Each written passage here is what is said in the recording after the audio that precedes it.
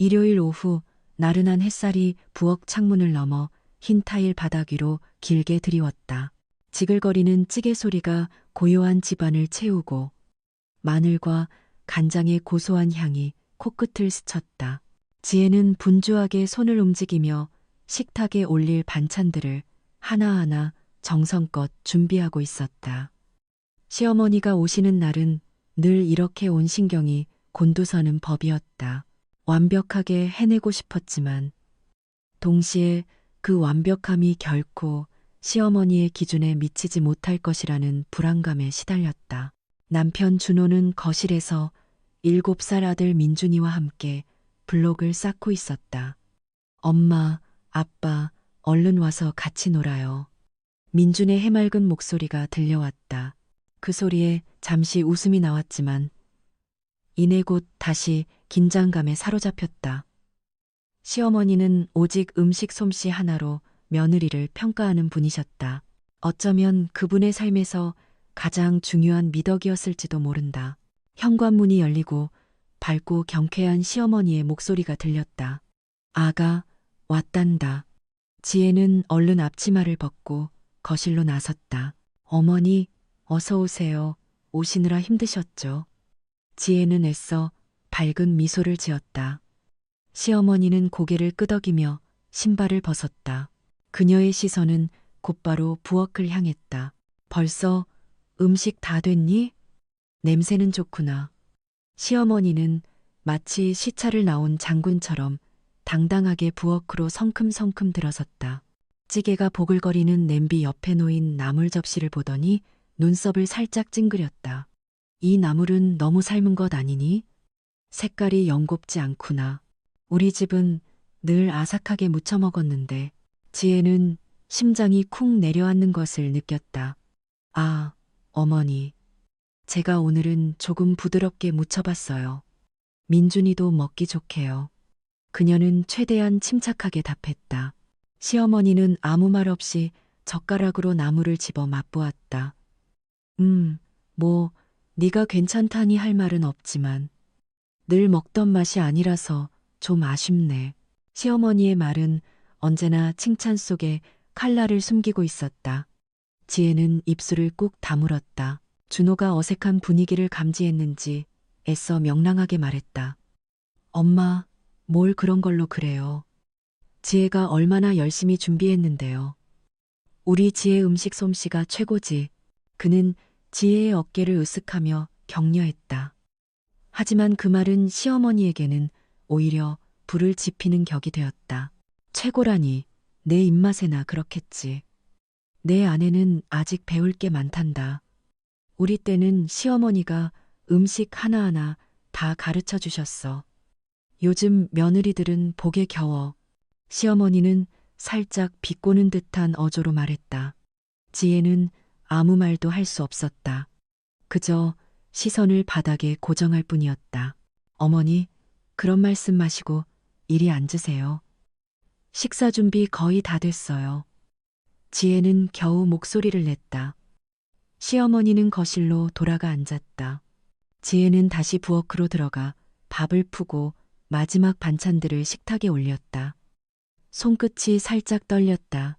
이 모든 정성이 겨우 이 정도 평가밖에 받지 못하는 건가 하는 생각에 서러움이 북받쳐 올랐다. 식탁에 둘러앉아 시어머니는 다시 한번 식탁 위 음식들을 훑어보았다. 찌개는 괜찮아 보이네. 고기는 좋은 걸 썼구나.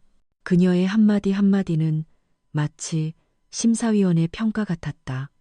지혜는 억지로 미소를 지으며 숟가락을 들었다.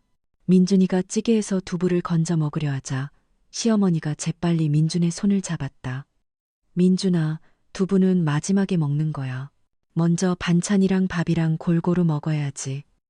시어머니의 말에 민준이는 올상을 지었다. 할머니, 저 두부 좋아하는데요. 안 돼. 할머니 말씀 들어야지. 편식하면 키 안 커. 시어머니는 단호하게 말했다. 지혜는 그 모습에 답답함을 느꼈다. 그냥 좋아하는 것부터 먹게 놔두면 안 되나? 하지만 입 밖으로 꺼낼 수는 없었다. 그저 민준아, 할머니 말씀 잘 들어야지. 라고만 할 뿐이었다. 식사 내내 시어머니는 민준이의 식습관부터 학원 문제, 심지어 지혜의 옷차림까지 사사건건 언급했다. 아가, 너는 왜 그렇게 편하게 입고 다니니? 우리 준호 체면도 생각해야지.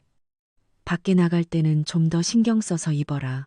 지혜는 이날 입은 옷이 평소에 가장 좋아하는 원피스였다는 사실을 떠올리며 씁쓸하게 웃었다. 겨우 식사를 마쳤다.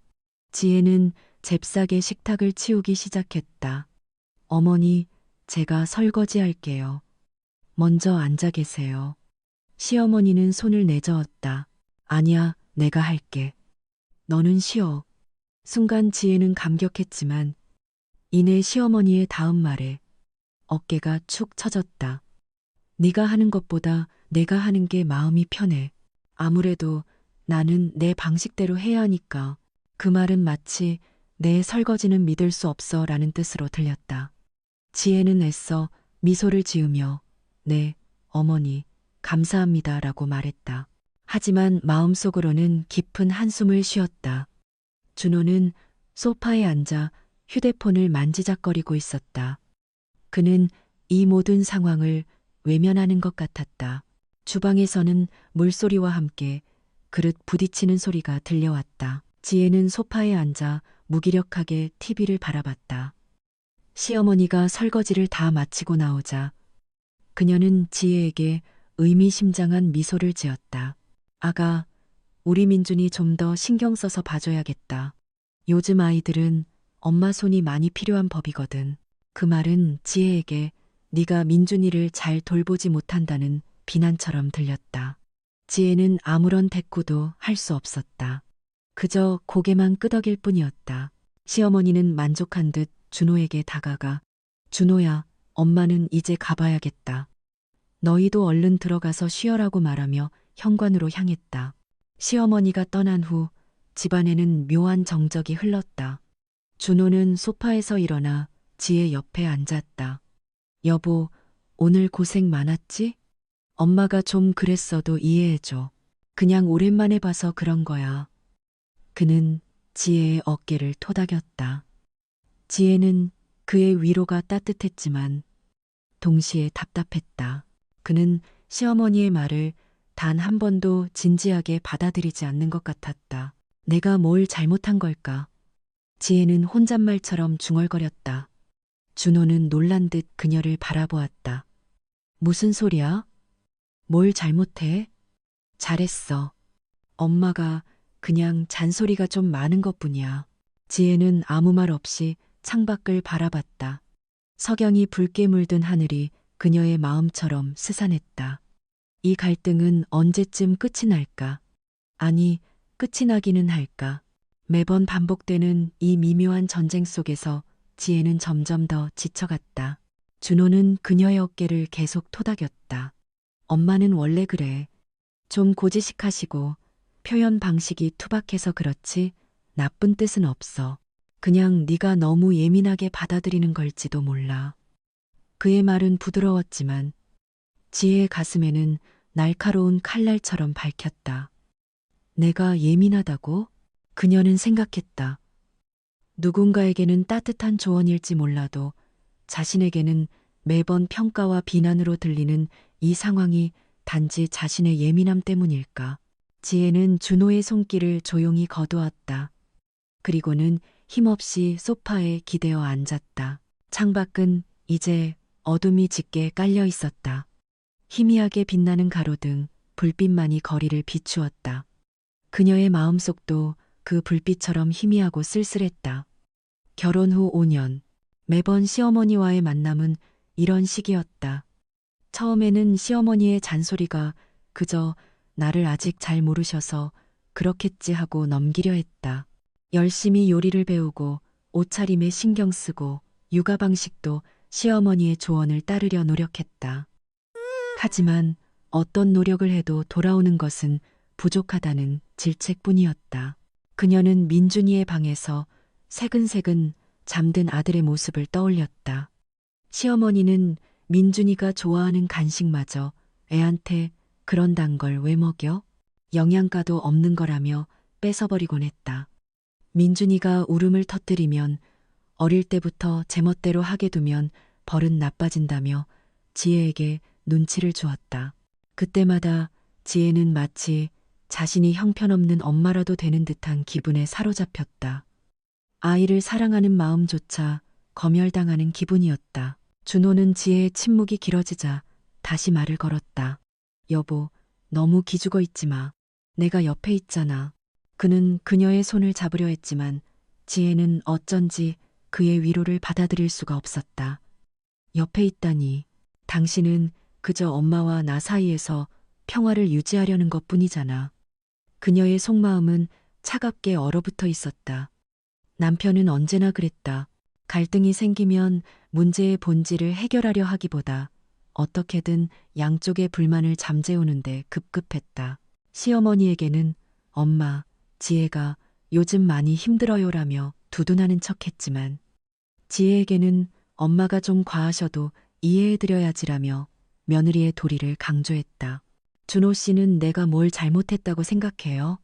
지혜가 느닷없이 물었다. 준호는 당황한 표정으로 그녀를 보았다. 아니, 뭘 잘못해. 잘못한 거 없어. 그럼 시어머니는 왜 매번 나한테 그렇게 말씀하실까? 지혜의 목소리에는 미세한 떨림이 섞여 있었다. 준호는 한숨을 쉬었다. 엄마도 연세가 있으시니까 그렇지. 어른들 말씀은 한 귀로 듣고 한 귀로 흘려버리면 돼. 그 말을 듣는 순간 지혜의 인내심이 바닥을 드러내는 것을 느꼈다. 한 귀로 듣고 한 귀로 흘려버리라고? 당신은 내 마음이 얼마나 상했는지 조금도 모르고 있잖아. 그녀는 자리에서 일어나 거실을 서성였다. 준호는 소파에 앉아 그런 지혜를 말없이 바라볼 뿐이었다. 그의 눈빛에는 피곤함과 함께 이 상황이 빨리 지나가기를 바라는 듯한 기색이 역력했다. 다음 날 아침, 지혜는 평소보다 일찍 일어났다. 시어머니가 다녀간 집은 여전히 그분의 존재감이 남아있는 듯했다. 싱크대 위에는 시어머니가 어질러 놓았던 설거지 더미가 가지런히 정돈되어 있었지만 그 광경은 오히려 지혜의 마음을 더욱 불편하게 했다. 네가 하는 것보다 내가 하는 게 마음이 편해. 그 말은 마치 지혜의 모든 노력을 무의미하게 만드는 주문 같았다. 민준이를 유치원에 보내고 돌아온 지혜는 무작정 청소기를 돌리기 시작했다. 먼지 하나 없이 깨끗한 집이었지만 그녀는 무언가 닦아내고 쓸어내야만 마음이 진정될 것 같았다. 거실 바닥을 닦고 창문을 열어 환기를 시키고 시어머니가 앉았던 소파 쿠션도 털었다. 마치 시어머니의 그림자라도 지우려는 듯이 그녀는 문득 자신의 결혼 전 삶을 떠올렸다. 명랑하고 활발했던 지혜는 이제 타인의 시선에 갇혀 매사에 조심하고 스스로를 검열하는 사람이 되어버렸다. 이 결혼이 과연 행복한가? 이 질문이 그녀의 머릿속을 맴돌았다. 준호는 좋은 남편이었다. 상냥하고 배려심 깊었다. 하지만 시어머니 문제에 있어서만큼은 언제나 방관자였다. 그가 보여주는 회피는 결국 지혜에게 모든 짐을 떠넘기는 것과 다름없었다. 점심시간이 되어 준호에게서 메시지가 왔다. 여보, 점심은 뭐 먹었어? 혹시 아직도 어제 일 때문에 속상해하는 건 아니지? 걱정하는 듯한 메시지였지만 지혜는 그저 피상적인 위로라고 생각했다. 그녀는 짧게 답장했다. 응, 잘 먹었어. 괜찮아. 거짓말이었다. 전혀 괜찮지 않았다. 오히려 속은 더욱 울렁거렸다. 그날 오후 지혜는 굳은 결심을 한 듯 노트북 앞에 앉았다. 이대로는 안 돼. 그녀는 더 이상 혼자서 이 감정을 감당하고 싶지 않았다. 인터넷 검색창에 시어머니 갈등, 남편 무관심 같은 단어들을 입력했다. 수많은 사례와 조언들이 쏟아져 나왔다. 자신과 같은 고통을 겪는 사람들이 이렇게 많다는 사실에 지혜는 작은 위로와 함께 깊은 절망감을 느꼈다. 이 문제는 그녀만의 것이 아니었다. 수많은 며느리들이 대물림되는 갈등 속에서 고통받고 있었다. 한참을 글들을 읽던 지혜는 어느 한글에서 멈칫했다. 갈등의 본질을 남편에게 명확히 인지시키는 것이 중요합니다. 시어머니와의 문제는 부부 공동의 문제이며 며느리 혼자 감당할 몫이 아닙니다. 이 문장이 그녀의 마음에 깊이 파고들었다. 그래, 이건 나 혼자만의 싸움이 아니었다. 준호도 이 문제의 당사자였다. 그가 현실을 직시하고 함께 해결하려는 의지를 보이지 않는 한, 이 미묘한 전쟁은 결코 끝나지 않을 터였다. 지혜는 마우스에서 손을 떼고 창밖을 내다봤다. 석양은 어제와 다름없이 붉게 물들고 있었다. 하지만 그녀의 마음속에는 어제와는 다른 희미하지만 단단한 결심의 불씨가 피어오르는 듯했다. 해질녘 붉게 물든 하늘은 어느새 짙은 남색으로 변해갔다. 지혜는 창가에 앉아 생각에 잠겼다. 컴퓨터 화면에서 본 글귀들이 머릿속을 맴돌았다. 남편에게 명확히 인지시키는 것이 중요합니다. 부부 공동의 문제입니다.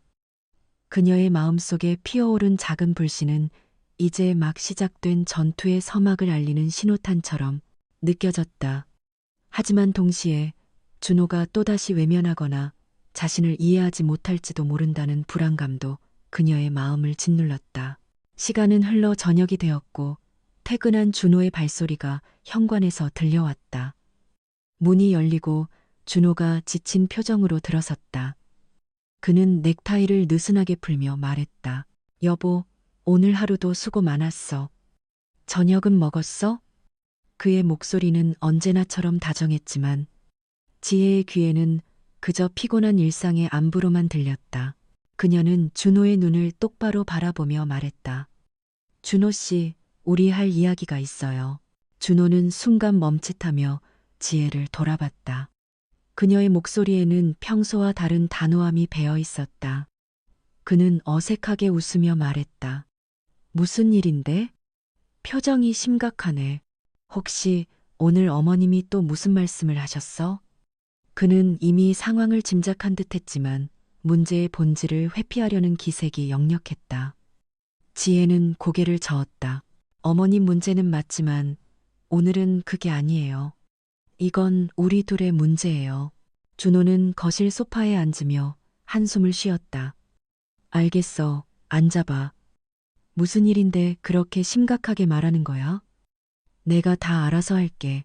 내가 중간에서 잘 조율하고 있잖아. 그는 그녀의 어깨를 가볍게 두드리며 위로하려 했다.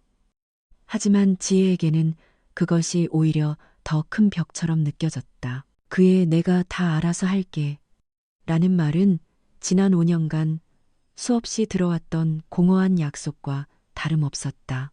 지혜는 준호의 맞은편에 앉았다. 준호 씨, 우리가 결혼한 지 벌써 5년이 넘었어요. 그동안 저는 늘 어머님과의 관계 때문에 힘들었어요. 준호 씨는 제가 힘들어할 때마다 늘 내가 중간에서 잘할게, 신경 쓰지 말라고 말해왔죠. 하지만 그건 근본적인 해결책이 아니었어요. 저는 계속해서 상처받고 준호 씨는 그저 덮어두려고만 했어요. 준호의 표정이 굳어졌다. 덮어두려고 했다니? 내가 얼마나 노력했는데 매번 당신이 상처받을 때마다 내가 어머님께 얼마나 말씀드리고 또 당신 마음을 헤아려 주려고 노력했는데 그의 목소리에는 서운함과 방어적인 태도가 섞여 있었다. 그는 늘 자신이 최선을 다하고 있다고 생각하는 듯했다. 노력했다는 건 알아요. 지혜는 차분하게 말을 이어갔다. 하지만 그 노력은 항상 저와 어머님 사이에 표면적인 갈등만 해결하려 했을 뿐이에요. 준호 씨는 어머님이 저에게 어떤 영향을 미치는지, 그게 얼마나 저를 힘들게 하는지 제대로 이해하지 못했어요. 아니, 이해하려 하지 않았다고 보는 게 맞을 것 같아요. 늘 우리 엄마가 원래 좀 그래, 혹은 네가 너무 예민하게 받아들이는 거 아니냐며 저를 설득하려고 했죠. 준호는 입술을 꾹 다물었다. 그의 얼굴에는 불편함이 역력했다. 내가 어떻게 이해를 못해? 당신이 힘들어하는 거 옆에서 다 봤는데. 그래서 내가 어머님께 함부로 말도 못하고 얼마나 조심스러웠는데. 당신이 속상해할 때마다 내가 얼마나 중간에서 눈치 보고 힘들었는지 알아? 그는 자신의 고통을 호소하며 지혜가 자신을 이해해주지 못한다고 느끼는 듯했다. 지혜는 준호의 시선을 피하지 않았다. 준호 씨의 힘듦도 이해해요. 하지만 이 문제는 단순히 고부 갈등이 아니라 우리 부부의 문제예요. 어머님의 말씀 한마디 한마디가 저에게는 통제가 되고 저의 자존감을 갉아먹고 있어요. 제가 뭘 해도 부족하다고 느끼게 만들어요. 그런데 준호 씨는 늘 어머님을 설득하는 것보다 저에게 참으라거나 이해하라고만 했어요. 그게 제가 혼자 이 싸움을 하는 것처럼 느끼게 만들었어요. 그녀의 말에 준호는 아무 말도 하지 못했다. 그의 눈빛은 흔들렸지만 여전히 깊은 생각에 잠겨 있는 듯했다. 지혜는 이 순간이 중요하다고 직감했다. 그녀는 좀 더 힘주어 말했다. 온라인에서 많은 글을 읽었어요. 저와 같은 고민을 하는 며느리들이 정말 많더라고요. 그리고 그 글들에서 공통적으로 하는 말이 뭔지 아세요? 시어머니와의 문제는 며느리 혼자 감당할 몫이 아니라 남편과 아내가 함께 해결해야 할 부부 공동의 문제라는 거예요. 준호는 그제야 지혜를 똑바로 바라봤다. 그의 눈에는 이전에 볼 수 없었던 당혹감과 함께 아주 미세한 균열이 보이기 시작했다. 그는 마치 처음 듣는 이야기인 양 놀란 표정을 지었다. 부부 공동의 문제라니 그게 무슨 뜻인데? 그의 질문은 회피라기보다는 정말로 이해를 구하는 듯한 뉘앙스를 풍겼다. 네, 부부 공동의 문제예요. 지혜는 숨을 고르며 차분하게 설명했다. 어머님의 행동이 우리 부부 관계에 그리고 저의 행복에 직접적인 영향을 미치고 있다는 뜻이에요. 준호 씨가 이 문제를 단순히 저와 어머님 사이의 일로만 치부한다면 저는 이 결혼 생활에서 계속해서 고통받을 수밖에 없어요. 그리고 그 고통은 결국 우리 둘의 관계를 서서히 무너뜨릴 거예요. 지혜의 목소리는 떨렸지만 그녀의 눈빛은 흔들림 없었다. 그녀는 준호가 마침내 이 문제의 심각성을 깨닫기를 간절히 바랐다. 침묵이 흘렀다. 거실에는 시계 초침 소리만이 또렷하게 울렸다. 준호는 팔짱을 낀 채 생각에 잠겨 있었다. 그의 얼굴에는 복잡한 감정들이 스쳐 지나갔다. 당혹감, 불쾌함, 그리고 어쩌면 약간의 죄책감까지도. 그러니까 내가 어떻게 하길 바라는 건데? 준호가 마침내 입을 열었다. 그의 목소리에는 여전히 약간의 방어적인 기색이 남아 있었지만 이전보다는 훨씬 더 진지한 어조였다.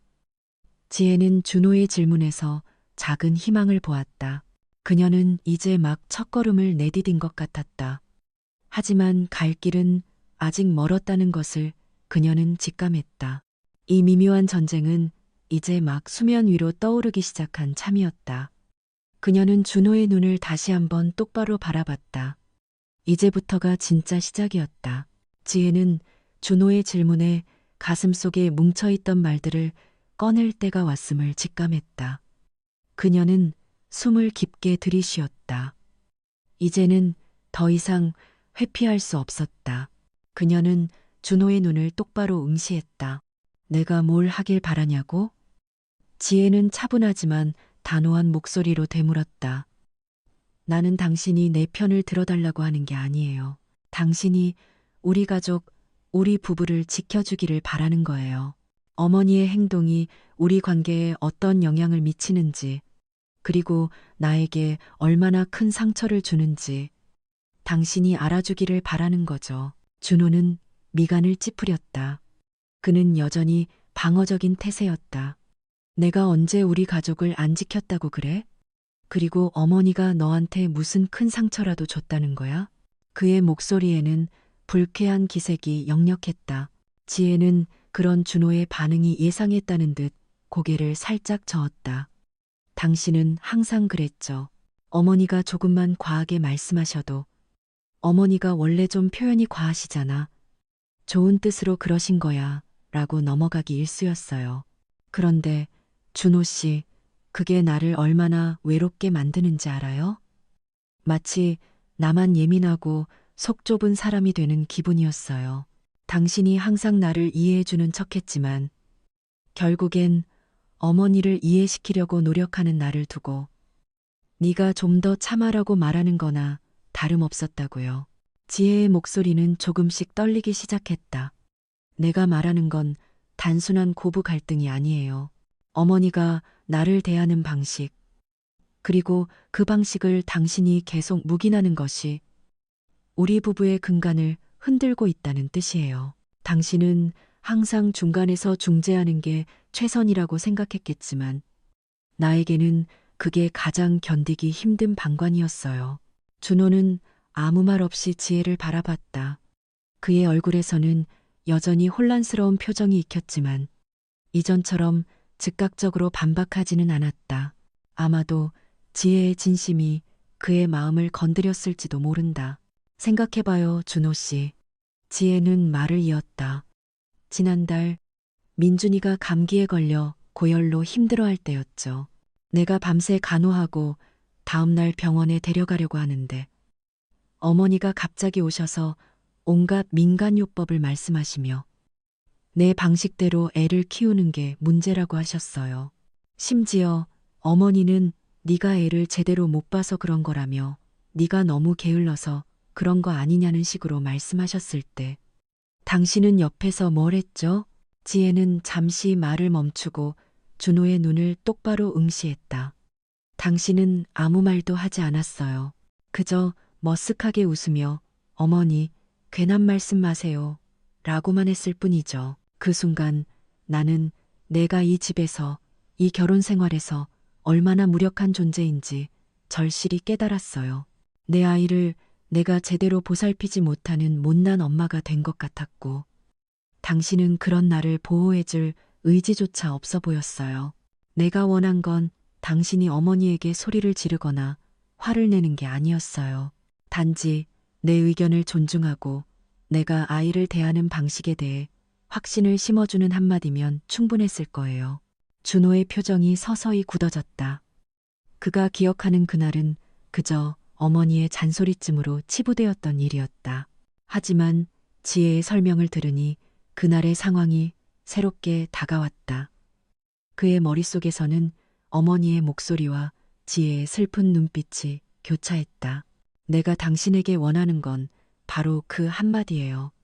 지혜는 숨을 고르며 말했다. 어머니가 선을 넘는 말씀을 하실 때, 어머니, 지혜도 나름대로 육아 철학이 있으니 존중해 주세요라든지, 지혜가 우리 살림에 대해 잘 결정하고 있으니 염려 마세요. 같은 한마디요. 그게 왜 그렇게 어려운 거죠? 그 한마디가 나를 존중하고 있다는 신호가 되고, 우리 부부를 지키는 방패가 된다는 걸 당신은 정말 모르나요? 지혜의 목소리에는 그동안 쌓였던 서운함과 절망감이 섞여 있었다. 그녀는 준호가 드디어 자신의 감정을 제대로 인지해 주기를 간절히 바랐다. 준호는 테이블에 놓인 찻잔을 말없이 응시했다. 그의 어깨가 미세하게 떨렸다. 그는 지혜의 시선을 피하려는 듯 고개를 살짝 숙였다. 이전에는 느끼지 못했던 혹은 애써 외면했던 감정들이 그의 가슴을 짓눌렀다. 지혜의 말이 일리가 있다는 것을 인정할 수밖에 없었다. 그의 어머니는 분명 좋은 분이지만 때때로 지혜에게 무례한 언행을 일삼았던 것도 사실이었다. 그리고 그는 늘 그 상황에서 어설픈 중재자로 남아 있었을 뿐 지혜의 편이 되어주지 못했다는 것을 깨달았다. 나는 그저 당신이 내 남편으로서 우리 가정을 지키는 가장으로서 나를 믿고 존중해 주기를 바랄 뿐이에요. 지혜의 목소리는 이제 애원하듯 들렸다. 어머니를 부정하라는 게 아니에요. 단지 우리 부부의 울타리를 당신이 직접 세워달라는 거예요. 그게 당신이 나에게 해줄 수 있는 가장 큰 일이에요. 준호는 길게 한숨을 쉬었다. 그는 고개를 들어 지혜를 바라봤다. 그의 눈빛에는 복잡한 감정들이 뒤섞여 있었다. 갈등, 인정, 그리고 약간의 죄책감까지. 그는 마침내 입을 열었다. 내가 너무 안일했어. 준호의 목소리는 낮고 침통했다. 네가 그렇게 힘들어하는 줄도 모르고 나는 늘 어머니 편만 들었던 건 아니지만 내 입장을 제대로 헤아리지 못했던 것 같아. 지혜는 준호의 입에서 나온 그 말에 가슴이 철렁했다. 드디어 준호가 자신의 고통을 인지하기 시작한 것이다. 이것은 작지만 분명한 변화였다. 그럼 이제 어떻게 할 건데? 지혜는 애써 감정을 억누르며 물었다. 그녀는 준호가 단순히 사과하는 것을 넘어 구체적인 행동을 보여주기를 바랐다. 준호는 잠시 침묵했다. 그는 자신의 어머니를 어떻게 대해야 할지, 지혜의 입장을 어떻게 지지해야 할지 막막한 듯 보였다. 하지만 그의 눈빛에는 이 문제를 더 이상 외면하지 않겠다는 결심이 서려 있었다. 시간을 좀 줘. 준호가 나지막이 말했다. 내가 어떻게 해야 할지 진지하게 생각해 볼게. 네가 힘들게 한 말들 절대 가볍게 듣지 않을 거야. 지혜는 준호의 말에 고개를 끄덕였다. 이것은 완벽한 답은 아니었지만 그녀가 수년간 기다려온 시작이었다. 그녀는 준호가 진심으로 고민할 것이라는 믿음을 가졌다. 거실에는 다시 정적이 흘렀지만 이번에는 침묵이 이전과는 다른 의미를 지니고 있었다. 그것은 오랜 갈등의 종착점이 아닌 새로운 관계의 시작을 알리는 고요함이었다. 이 미묘한 전쟁은 이제 다음 단계로 접어들 준비를 하고 있었다. 준호는 지혜의 말을 듣고도 한동안 자리에 멍하니 앉아 있었다. 그의 머릿속에서는 아내의 절규가 메아리 쳤고 자신이 얼마나 무심하고 이기적이었는지 뒤늦게 깨달았다. 지난 몇 년간 지혜가 수없이 털어놓았던 서운함과 고통스러운 하소연들이 파노라마처럼 스쳐 지나갔다. 그때마다 그는 엄마는 원래 그런 분이야. 네가 너무 예민하게 생각하는 것 아니야. 라는 식으로 지혜의 감정을 애써 외면하고 축소하려 했었다. 자신에게는 그저 늘 자애로운 어머니였을 뿐이었기에 지혜가 느끼는 어머니의 모습은 낯설고 불편한 진실이었다. 그는 밤늦도록 잠 못 이루고 뒤척였다. 지혜가 자신에게 바랐던 것이 어머니에게 소리치거나 반항하는 거창한 행동이 아니라는 것을 이제야 이해했다. 그저 자신의 울타리 안에서 아내의 방식과 감정을 존중한다는 한마디만이라도 해줬다면 지혜가 그렇게 오랫동안 홀로 고통받지 않았을 것이라는 사실이 그의 가슴을 짓눌렀다. 아내의 고통을 방관한 자신에 대한 자책감은 생각보다 훨씬 무거웠다. 다음 날 아침 준호는 어딘가 달라진 모습이었다. 평소보다 말이 적었지만 지혜를 바라보는 눈빛에는 미안함과 더불어 깊은 고민의 흔적이 엿보였다. 지혜는 애써 평온한 척했지만 준호의 미묘한 변화를 놓치지 않고 주시했다. 그녀의 마음속에는 여전히 작은 희망과 함께 오랜 실망감으로 인한 불안감이 공존하고 있었다. 과연 준호가 이번에는 달라질 수 있을까? 또다시 실망하게 될까 봐 두려웠다. 며칠이 지났다. 준호는 약속대로 진지하게 고민하는 듯 보였다. 퇴근 후에는 평소처럼 TV를 보거나 게임을 하는 대신 거실 소파에 앉아 깊은 생각에 잠기거나 혹은 육아 관련 책을 찾아 읽는 모습도 보였다. 가끔은 지혜에게 육아나 살림에 대한 의견을 묻기도 했다. 아이들 이유식은 언제부터 시작하는 게 좋을까? 당신은 어떻게 생각했어? 준호가 조심스럽게 물었다. 지혜는 그의 질문에 놀라면서도 담담하게 대답했다. 선배 엄마들 이야기도 듣고 책도 좀 찾아보고 6개월쯤부터 시작하는 게 좋을 것 같아서 준비 중이었어. 그렇구나. 나도 좀 찾아볼게. 준호는 휴대폰으로 검색을 시작했다. 이런 작은 변화들이 지혜의 마음속에 움트기 시작한 희망을 조금씩 키워나갔다. 하지만 진정한 시험대는 시어머니와의 관계에 있었다. 그리고 마침내 그 시험의 순간이 찾아왔다.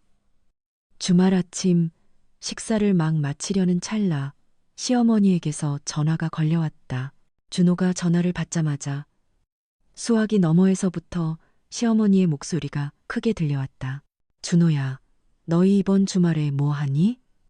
이번 주엔 엄마 집에 와서 밥 한 끼 먹어야지.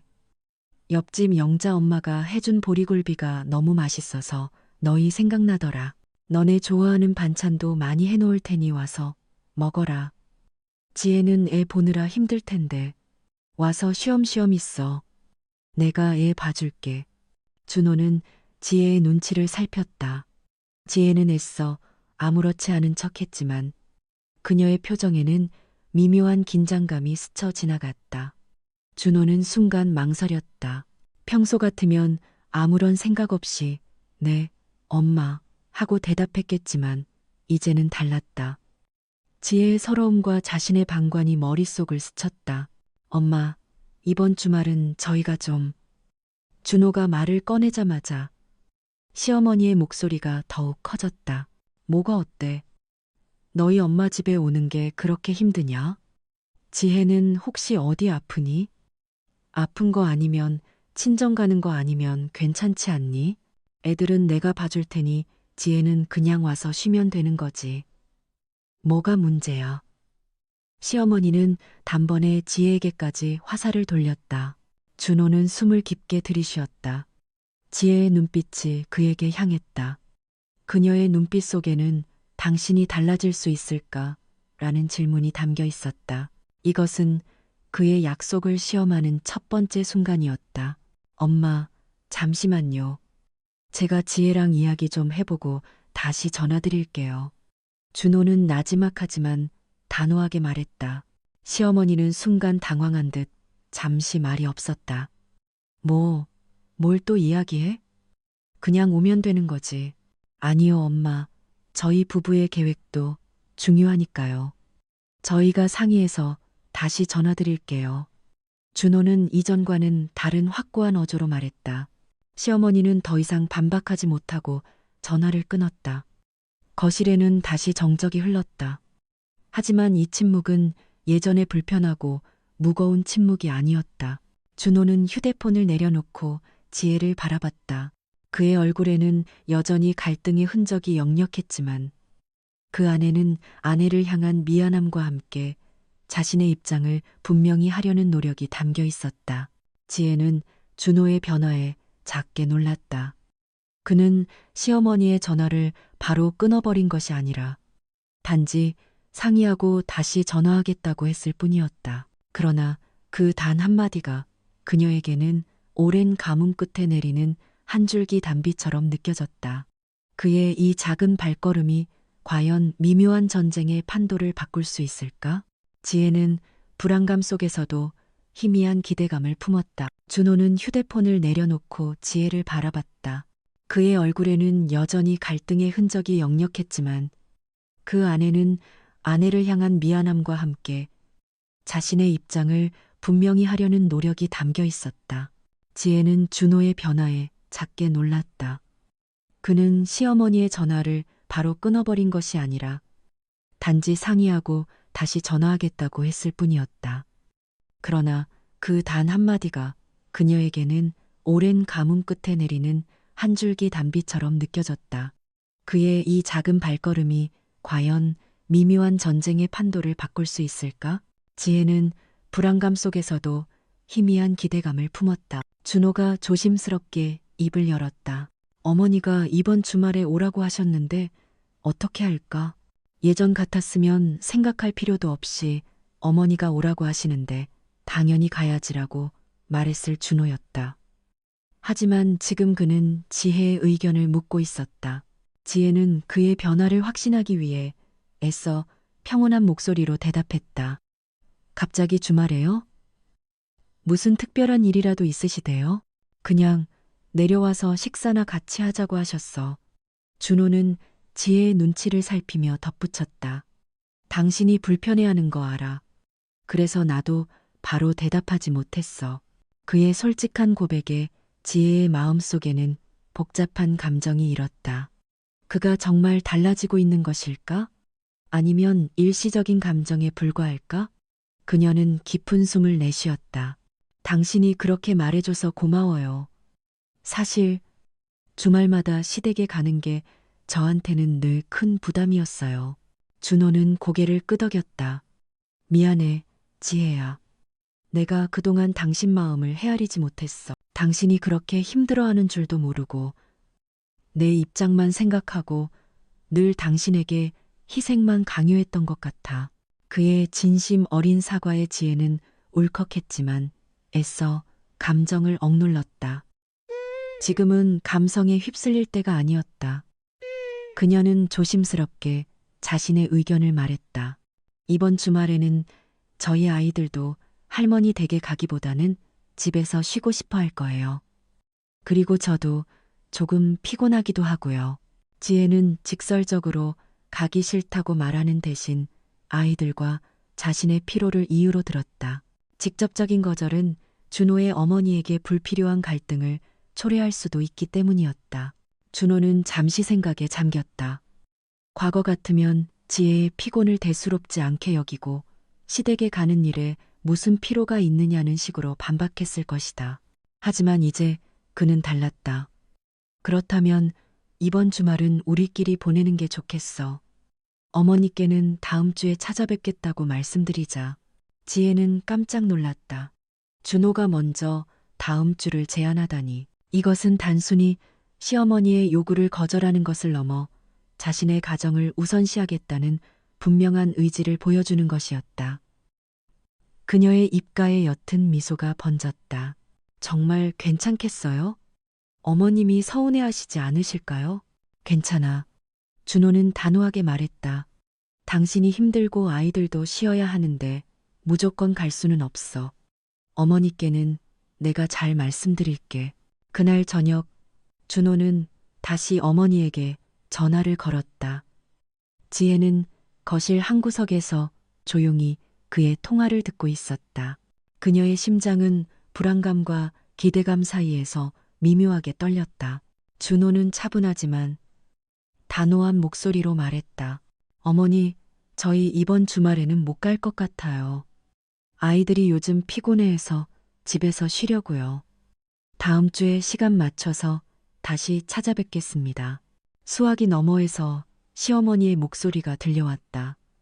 작게 들렸지만 그 안에 담긴 불쾌함은 지혜에게도 역력히 느껴졌다. 뭐? 갑자기 왜? 무슨 일이 있는 것도 아니고 그냥 밥 한 끼 먹으러 오는 건데 그것도 어렵다는 거니? 지혜가 또 무슨 불평을 했니? 준호는 이전과는 달리 흔들림 없이 대답했다. 어머니, 지혜 때문이 아니라 제가 결정한 일이에요.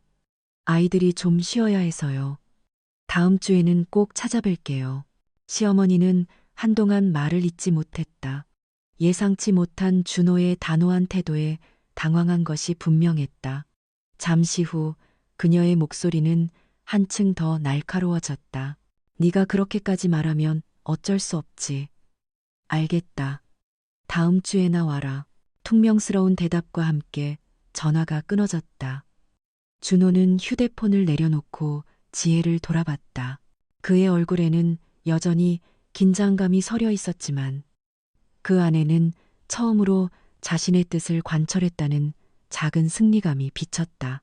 어머니가 좀 서운해하시긴 했지만 그래도 다음 주에 가기로 했어. 준호가 말했다. 지혜는 준호에게 다가가 그의 손을 잡았다. 고마워요, 준호 씨. 당신이 이렇게 나서주니 정말 든든해요. 그녀의 말에 준호는 희미하게 미소 지었다. 그의 손에 잡힌 지혜의 손은 따뜻했고 그 따뜻함은 준호의 마음속 얼어붙었던 벽을 조금씩 녹이는 듯했다. 그는 처음으로 자신의 아내와 가정을 위해 어머니의 요구에 아니오라고 말하는 것이 얼마나 중요한 일인지 깨달았다. 그러나 이 작은 승리가 미묘한 전쟁의 끝을 의미하는 것은 아니었다. 다음 날 아침 시어머니에게서 다시 전화가 걸려왔다. 이번에는 준호가 아닌 지혜에게 직접 온 전화였다. 지혜는 불안한 마음으로 휴대폰 화면을 응시했다. 수화기 너머 시어머니의 목소리는 예상했던 대로 차갑게 가라앉아 있었다. 지혜야, 어머니다. 네가 아무리 우리 준호를 꽉 잡고 있어도 이런 식으로 불효를 저지르면 안 되지. 지혜의 심장이 철렁 내려앉았다. 그녀는 다시 한번 거대한 그림자 속에 갇히는 기분이었다. 이제 막 피어오르던 희미한 희망이 순식간에 시들 위기에 처한 듯했다. 시어머니는 본격적인 공세에 들어간 것이었다. 이 미묘한 전쟁은 예상보다 훨씬 더 격렬해질 조짐을 보였다. 지혜의 귀에 꽂힌 시어머니의 목소리는 칼날처럼 날카로웠다. 심장이 두근거리는 소리가 귓가에 울리는 듯했다. 그녀는 겨우 침착하려 했으며 입을 열었다. 어머니, 무슨 말씀이신지 잘 모르겠습니다. 저희는 그저. 시어머니는 지혜의 말을 끊었다. 모르겠다고? 모른다는 말이 그렇게 쉽게 나와? 준호가 내 말 한마디에 자기 부모한테 등을 돌리는 꼴을 보면 모르겠니?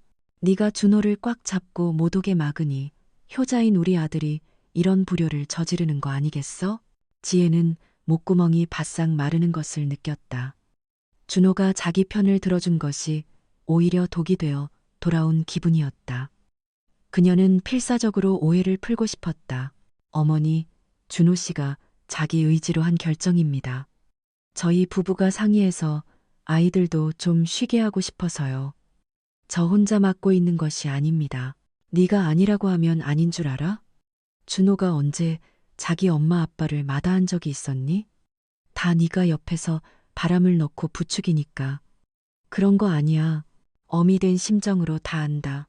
시어머니의 목소리는 점점 더 격앙되었다. 비난의 화살은 오롯이 지혜에게로 향했다. 주말에 잠시 얼굴 비추는 것도 그렇게 힘들어? 네가 우리 아들 입에 풀칠해준다고 유세라도 하는 게야? 시댁은 그렇게 어려운 곳이니? 감히 네가 나서서 아들의 효도를 막아? 지혜는 깊은 절망감에 휩싸였다. 시어머니는 그녀의 어떤 설명도 들을 생각이 없었다. 이미 마음속으로 결론을 내리고 그녀를 죄인으로 몰아세우고 있었다. 어머니, 정말 그런 뜻이 아닙니다. 저도 어머니 아버님께 죄송한 마음, 죄송하면 그렇게 하면 안 되지. 말로만 죄송하다고 하면 다야? 네가 그러고도 며느리 노릇을 제대로 하는 거니? 자식 잘 키워서 시집 보냈더니 이제 와서 자식 못 보게 막는 꼴이라니. 우리 속이 얼마나 타들어가는지 넌 알기나 해? 시어머니는 감정적으로 몰아붙이며 지혜의 약한 부분을 파고들었다. 자식 이야기를 꺼내자 지혜는 아무 말도 할 수 없었다. 자신 때문에 준호가 불효자가 된 듯한 죄책감이 그녀를 짓눌렀다. 네가 그렇게 이기적이면 안 되는 거야. 며느리라면 시댁을 먼저 생각하고 남편이 부모님께 잘할 수 있도록 도와드려야 하는 거 아니니? 그런데 넌 오히려 그걸 막고 있으니 이게 제정신이니? 지혜는 입술을 꽉 깨물었다. 그녀의 심장은 마치 차가운 바닥에 내던져진 돌멩이처럼 차갑게 식어가는 듯했다. 그녀는 지금 자신의 존재 자체가 시어머니에게는 커다란 불만 덩어리라는 것을 깨달았다. 숨을 쉴 때마다 가슴이 답답했다. 어머니, 저는 단지 내 편한 대로 살고 싶다는 거겠지. 우리 준호가 뼈 빠지게 일해서 돈 벌어다 주면 너는 편하게 앉아서 시댁 방문이나 맡고 있는 게 네가 할 도리야? 옛날 같았으면 상상도 못할 일이야. 시어머니는 끝없이 과거의 기준을 들이대며 지혜를 압박했다. 지혜는 더 이상 변명할 기력조차 남아있지 않았다. 그녀는 말없이 수화기를 꽉 쥐었다. 침묵이 흐르자 시어머니는 한숨을 크게 내쉬었다. 됐어. 더 이상 말해서 무엇하겠니? 네가 우리 아들을 그렇게 휘두르는 동안 우리 부부는 네가 보고 싶을 때나 찾아뵙는 찬밥 신세가 됐으니 그래, 그렇게 해라. 하지만 명심해라. 하늘이 무섭다는 것을. 시어머니는 마지막 경고를 던지듯 차갑게 말하고는 전화를 끊었다. 뚝 하는 소리와 함께 지혜의 손에서 휴대폰이 힘없이 떨어졌다. 지혜는 멍하니 허공을 응시했다. 몸 안의 모든 힘이 빠져나가는 기분이었다. 방금 통화는 그녀의 심장을 송곳으로 찌르는 듯한 고통을 안겨주었다. 준호의 지지가 잠시나마 가져다 주었던 희망은 산산조각 났다. 그녀는 다시 혼자가 되었다. 이 끝없는 전쟁 속에서 그녀는 스스로를 지켜낼 수 있을까? 거대한 파도 앞에 홀로 선 듯한 나약함이 그녀를 집어삼켰다. 눈가에 뜨거운 기운이 스쳤지만 그녀는 애써 눈물을 참아냈다. 이제 겨우 시작된 공세는 앞으로 얼마나 더 그녀를 흔들어 놓을지 지혜는 알 수 없었다.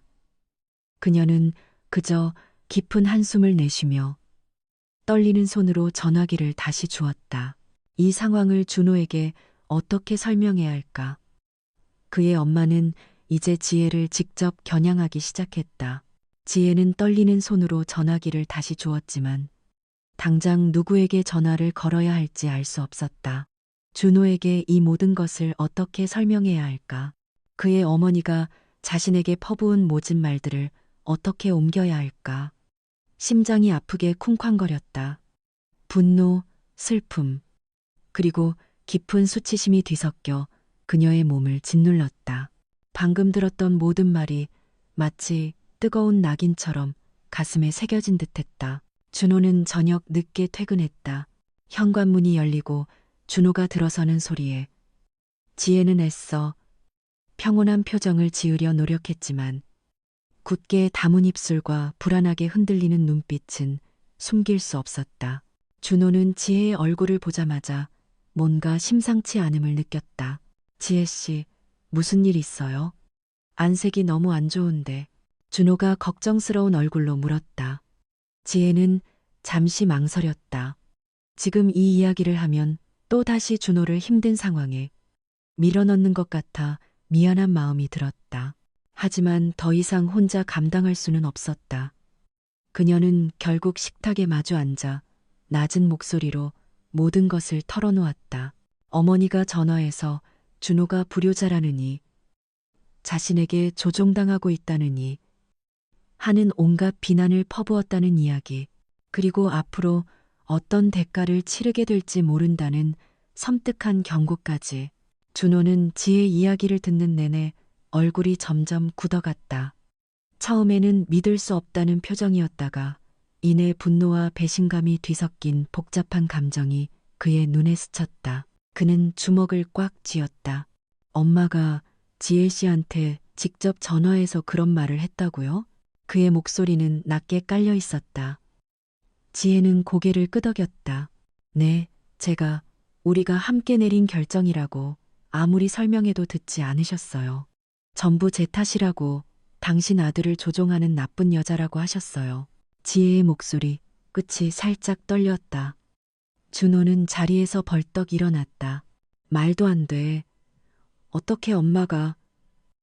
이건 너무하잖아. 그의 분노는 지혜를 향한 것이 아니라 오로지 자신의 어머니를 향한 것이었다. 준호는 거실을 서성였다. 지혜는 준호가 또다시 어머니와의 갈등 속에 놓이게 된 것이 죄스러워 고개를 숙였다. 준호는 잠시 숨을 고르더니 지혜에게 다가와 그녀의 손을 잡았다. 그의 손은 뜨거웠지만 지혜의 손은 얼음장처럼 차가웠다. 지혜 씨, 미안해요. 내가 당신을 혼자 두지 않겠다고 했는데 엄마가 결국 직접 당신을 힘들게 했네요. 내가 막았어야 했는데. 아니에요. 준호 씨 잘못이 아니에요. 당신도 얼마나 괴로울지 알아요. 하지만 정말 이 상황을 어떻게 해야 할지 모르겠어요. 지혜의 눈가에 눈물이 맺혔다. 준호는 그녀의 눈물을 닦아주었다. 울지 마요. 내가 해결할 거예요. 절대 당신을 혼자 두지 않을 거예요. 이번엔 내가 엄마한테 직접 말할 거야. 그의 단호한 목소리에 지혜는 불안감 속에서도 작은 위안을 얻었다. 그러나 동시에 준호가 어머니와 맞서는 모습이 또다시 그녀의 마음을 아프게 할 것 같았다. 준호는 망설임 없이 전화를 꺼내 들었다. 지혜는 숨죽이며 그를 바라보았다. 전화기 너머로 몇 번의 신호음이 울린 후 준호의 어머니의 목소리가 들려왔다. 웬일이니? 네가 다 전화를 하고 네 아내 덕분에 이제 엄마한테 전화도 안 하는 불효자가 다 됐나 했더니 수화기 너머로 들려오는 어머니의 싸늘한 목소리에 준호의 표정은 더욱 굳어졌다. 지혜에게 한 말과 거의 똑같은 말투였다. 엄마, 지혜 씨한테 전화해서 대체 무슨 말을 한 거예요? 준호는 애써 침착하게 물었다. 무슨 말이니? 내가 틀린 말이라도 했니? 네가 변한 게 다 그 애 때문 아니니? 엄마는 다 알아. 그 애가 널 꼬드겨서 엄마를 멀리하게 만들고 있는 거잖아. 어머니의 목소리는 조금도 수그러들지 않았다. 오히려 더 강하게 준호를 비난했다. 엄마, 지혜 씨는 아무 잘못 없어요. 그건 저희가 함께 내린 결정이었고 엄마가 너무했어요. 어떻게 그런 모진 말을 할 수 있어요? 모진 말, 내가 뭘. 난 사실을 말했을 뿐이야. 네가 엄마를 등지고 그 여자 편을 드는구나. 그래, 어디 두고 보자. 그 여자가 네 인생에 도움이 될 것 같아? 결국 후회하게 될 거야. 그때 가서 엄마한테 매달려도 소용없어. 어머니는 준호의 변명조차 듣지 않고 일방적으로 몰아붙였다. 준호는 어머니의 변함없는 태도에 깊은 절망감을 느꼈다. 수화기 너머로 들리는 어머니의 억양에는 분노와 함께 지혜를 향한 뿌리 깊은 불신이 담겨 있었다. 엄마, 제발. 준호가 힘겹게 말을 이으려 했지만 어머니는 이미 전화를 끊어버린 뒤였다. 준호는 힘없이 휴대폰을 내렸다. 깊은 한숨이 그의 입에서 새어나왔다. 결국 그는 말을 잇지 못했다. 지혜는 준호의 얼굴에 드리워진 그림자를 보며 가슴이 미어지는 듯했다. 어머니의 전화는 준호의 상처를 다시 헤집어 놓았을 뿐 아무것도 해결하지 못했다. 준호는 다시 지혜의 손을 잡았다. 그의 눈빛은 아까보다 더욱 확고해 보였다. 지혜 씨, 내가 엄마를 바꾸지는 못할 것 같아요. 하지만 한 가지는 분명해. 내가 당신을 얼마나 사랑하는지, 그리고 당신을 위해서라면 무엇이든 할 수 있다는 거. 그의 말에 지혜는 눈물이 왈칵 쏟아졌다. 그의 사랑이 그녀에게 힘이 되었지만 동시에 이 모든 상황이 너무나 고통스러웠다. 그녀는 이제 알았다. 이 싸움은 단순히 개인적인 감정의 충돌을 넘어선 것이었다. 어머니는 자신의 아들을 잃을지도 모른다는 불안감에 사로잡혀 있었고 그 불안감은 지혜를 향한 맹목적인 공격으로 이어지고 있었다. 이제 어떻게 해야 할까요? 준호 씨. 저 정말 더 이상은. 지혜는 흐느끼며 물었다. 준호는 그녀를 품에 안았다. 내가 알아서 할게요. 이번엔 더 이상 물러서지 않을 거야.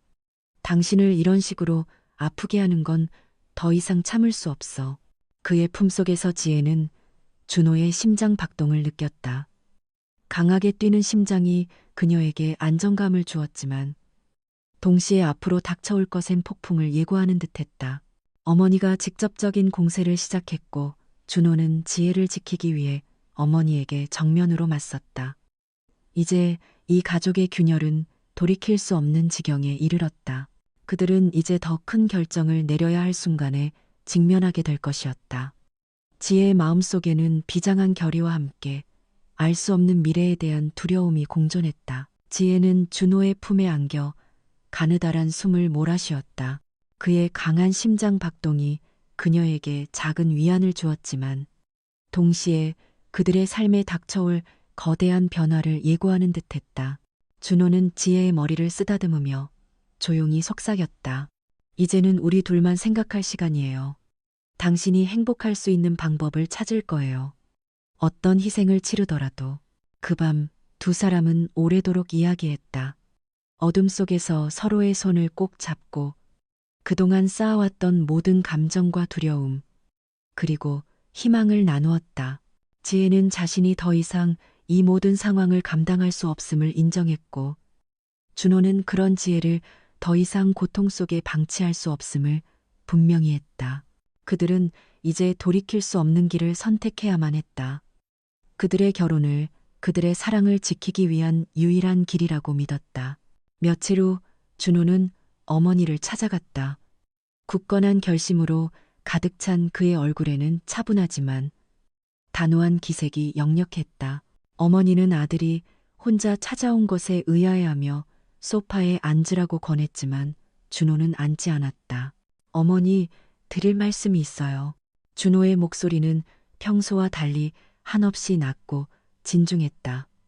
어머니는 아들의 분위기에 뭔가 심상치 않음을 느끼고는 언짢은 표정을 지었다. 무슨 할 말이 그리 심각하니? 또 그 아이 이야기니? 어머니는 지혜를 그 아이라고 칭하며 불쾌감을 드러냈다. 준호는 흔들리지 않았다. 네, 지혜 이야기입니다. 어머니께서 지혜에게 하신 말씀들, 그리고 저희 결혼 생활에 계속 관여하시는 방식 때문에 저희는 더 이상 함께 살 수 없을 것 같아요. 어머니의 얼굴에서 웃음기가 사라졌다. 그녀는 굳은 표정으로 준호를 노려보았다. 무슨 끔찍한 소리를 하는 거니?